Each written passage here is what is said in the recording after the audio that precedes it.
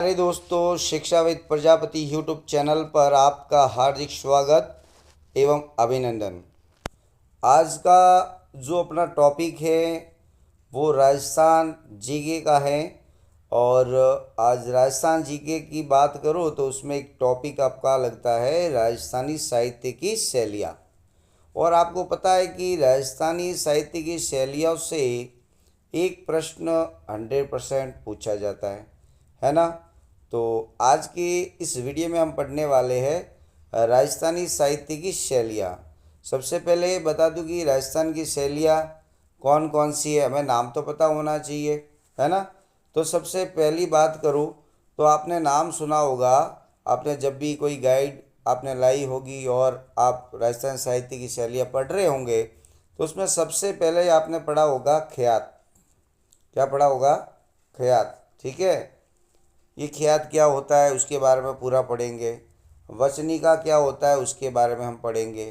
वात क्या होता है, पर्ची क्या होती है, प्रकाश क्या होता है, मरस्य क्या होता है, ये रासो क्या होता है, विगत के बारे में, पहेली के बारे में और कहावत के बारे में। ये इम्पोर्टेंट है, साहित्यकार भी ये है इम्पोर्टेंट रहते हैं। लेकिन अभी फ़िलहाल हम क्या पढ़ने वाले हैं? राजस्थानी साहित्य की शैलियाँ। ओके, सबसे पहले हम ये जो मैंने साहित्य की शैलियाँ पहले आपको याद होनी चाहिए कि कौन कौन सी साहित्य शैलियाँ है। तो एक तो ख्यात हो गई, इंपॉर्टेंट प्रश्न बनता है यहाँ से भी। वचनिका, वाक, पर्ची, प्रकाश, मृष्या, राशो, विगत, पहली और कहावत। इस वीडियो के माध्यम से अपन जो ख्यात है उस ख्यात के बारे में पूरा डिटेल से हम समझने वाले हैं। उसके बाद में आपको कहीं देखने की ज़रूरत नहीं है, ठीक है ना। जो भी प्रश्न पूछा जाता है पुराने इतने जितने भी एग्ज़ाम हुए उसमें से ख्यात वाला, ख्यात से प्रश्न है वो पूछा गया है, ठीक है ना। तो हम उसके बारे में पढ़ेंगे कि ख्यात क्या है। नेक्स्ट वीडियो में वचनिका के बारे में पढ़ेंगे, उसके बाद वात के बारे में, पर्ची के बारे में, प्रकाश के बारे में, मृष्या के बारे में, राशो क्या होता है, विगत क्या होता है, पहली और कहावत, इन सब के बारे में डिटेल से हम पढ़ेंगे। और आपको पता है कि अन्य कोचिंग संस्थाओं में आप पढ़ते हो या ऑनलाइन कोर्स भी आपने परचेज किया होगा, उसमें काफ़ी डिटेल से पढ़ाते हैं और 1 घंटे का लगभग समय होता है। आपको केवल मात्र short and important, short smart study जिसको आप बोलते हैं, उस ये आपको नोट्स के रूप में और 5 मिनट या 10 मिनट से ज़्यादा अपना वीडियो होता नहीं है। इसलिए वीडियो को अगर आपने वीडियो को अच्छा लगता तो आपको लाइक करना ही है ना, लाइक शेयर और सब्सक्राइब करना ना भूले, ठीक है। तो स्टार्ट करते हैं आज का अपना ये वीडियो। आज हम पढ़ेंगे कि ये ख्यात क्या होता है, ठीक है। तो काफ़ी इम्पोर्टेंट है, नोट्स के टाइप में मैंने आपको ये और टेलीग्राम भी अपना है शिक्षाविद प्रजापति के नाम से, तो आप उसको भी आप ज्वाइन कर सकते हो। उसमें मैंने ये पीडीएफ बना के आपको सेंड कर दूंगा, ठीक है। तो सबसे पहले बात करते हैं कि ये ख्यात क्या है। राजस्थान साहित्य की शैलियाँ हम पढ़ रहे हैं, उसमें पहली शैली मैंने बताई थी ख्यात। ये ख्यात क्या होता है? ख्यात ध्यान रखना कि किसी राजवंश की, आपने गोइल वंश है, मारवाड़ है, मेवाड़ है ना, बीकानेर के राठौड़ है वगैरह, ये जो राजवंश है आपके, किसी राजवंश की जो भी उपलब्धियां होती है ना, उन्होंने क्या कितने युद्ध किए, क्या है उन्होंने क्या क्या हासिल किया, किस राज्य को जीता उन्होंने, उनकी क्या उपलब्धियां थी, उसके बारे में ये बताता है ख्यात। और उनकी वंशावली के बारे में बताता है। वंशावली मतलब उसके बाद कौन शासक बना, क्या है, कौन सिंहासन पर बैठा, उनकी वंशावली के बारे में जो बताता है वो है ख्यात। समझ में आ गया होगा कि ख्यात क्या होता है? किसी राजवंश की जितनी वो उपलब्धियाँ, जो भी उपलब्धियाँ होती है और जो वंशावली होती है ना, उसके बारे में इनसे ख्यात से हमें जानकारी मिलती है। ओके, आपको याद हो गया होगा, ठीक है ना। बात करते हैं आगे कि पहली जो ख्यात हम पढ़ रहे हैं, मुहनोत नैनसीरी ख्यात। कौन सी नया ख्यात है आपके? मुहनोत नैनसीरी ख्यात। इसके लिखने वाले कौन है? मुहनोत नैनसीतेस, ठीक है। अब इसमें से आपको 2 फैक्ट याद रखने, ठीक है ना। जो पहला पॉइंट है, आपको इस प्रकार से पूछा जा सकता है कि राजस्थान की सबसे प्राचीन ख्यात कौन सी है। तो ऑप्शन में आपको 4 दे सकते हैं कि मोनोत नैन्सी की ख्यात, बांकीदास की ख्यात, दयालदास की ख्यात या मुडियार की ख्यात। तो आपको याद रखना है कि जो मोहनोत नैन्सी की जो ख्यात है वो राजस्थान की सबसे प्राचीन ख्यात है। समझ में आया ना? पहला पॉइंट आपको फैक्ट याद ही करना है, ठीक है ना। किसी कौन है आपके सबसे पहला, मैंने अभी जस्ट आपको बता दिया कि राजस्थान की सबसे प्राचीन जो ख्यात है वो कौन सी है? मुणोत नैन्सी की ख्यात। कौन सी है? मुणोत नैन्सी की ख्यात। ये राजस्थान और पूछा जाए कि कौन सी ख्यात है वो राजस्थानी भाषा में लिखी है तो याद भी रखें मुणोत नैन्सी की ख्यात अगर पूछे तो वो किस भाषा में है। आपको भाषा 4 ऑप्शन में दे दिए जाए तो याद रखना कौन सी भाषा है? राजस्थानी भाषा में ये लिखी गई है। ओके, आई होप के 2 प्रश्न आपको याद हुए होंगे। आपको 3 याद रखने हैं। ये ख्यात है, ध्यान रखना। मुणोत नैन्सी की ख्यात किसने लिखी? मुणोत नैन्सी ने लिखी।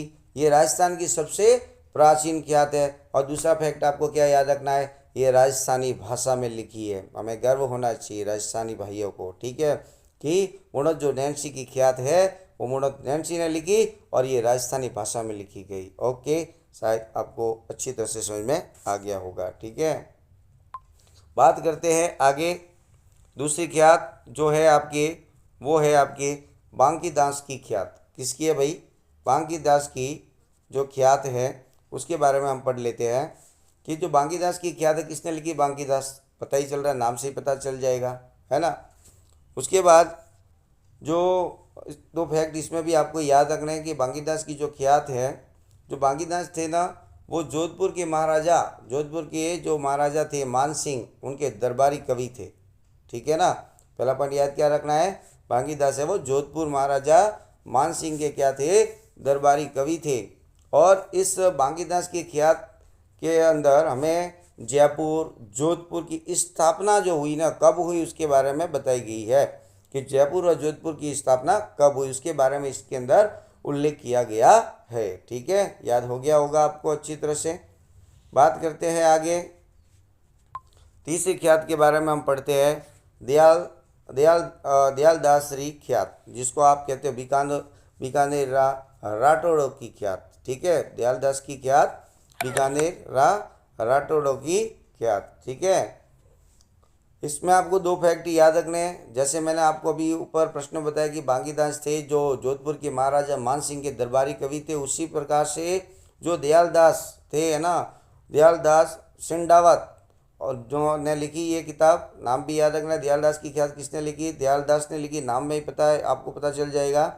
जो दयाल दास थे वो बीकानेर के महाराजा, बीकानेर के जो महाराजा थे रतन सिंह के दरबारी कवि थे। दयाल दास जो सिंडावत थे वो बीकानेर के महाराजा कौन?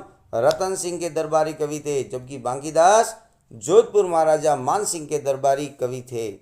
और बांकी दास की ख्यात के अंदर जयपुर जोधपुर की स्थापना बताई गई है, ठीक है। और दयाल दास की ख्यात या बीकानेर राठौड़ की ख्यात के बारे में ये भी आपको फैक्ट याद रखना है कि बीकानेर राठौड़ों की जो ख्यात थी ये राजस्थान की अंतिम ख्यात थी। समझ में आया ना?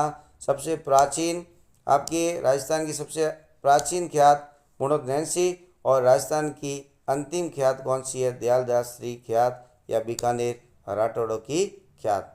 अंतिम प्रश्न अपना इस ख्यात से संबंधित 4 आपको मैंने ख्यात बताई है, इसमें से आपको एक प्रश्न 100% मिलने वाला, ध्यान दें। और 10-5 मिनट का ये वीडियो बनेगा, आप इसको आराम से इसको 2-3 बार देख लोगे तो कंठस्थ हो जाएगा। चौथी जो ख्यात है वो है मुंडियार की ख्यात। कौन सी है भाई? मुंडियार की जो ख्यात है वो, उसमें एक फैक्चुअल पॉइंट आपको याद रखना है कि इसके अंदर मारवाड़ शासकों का वर्णन मिलता है, ठीक है।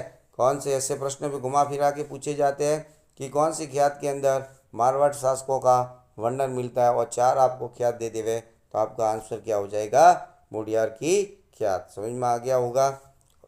तो वीडियो आपको अगर अच्छा लगा है तो उस वीडियो को लाइक, शेयर और सब्सक्राइब करना ना भूलें। Thank you. जय हिंद, जय भारत।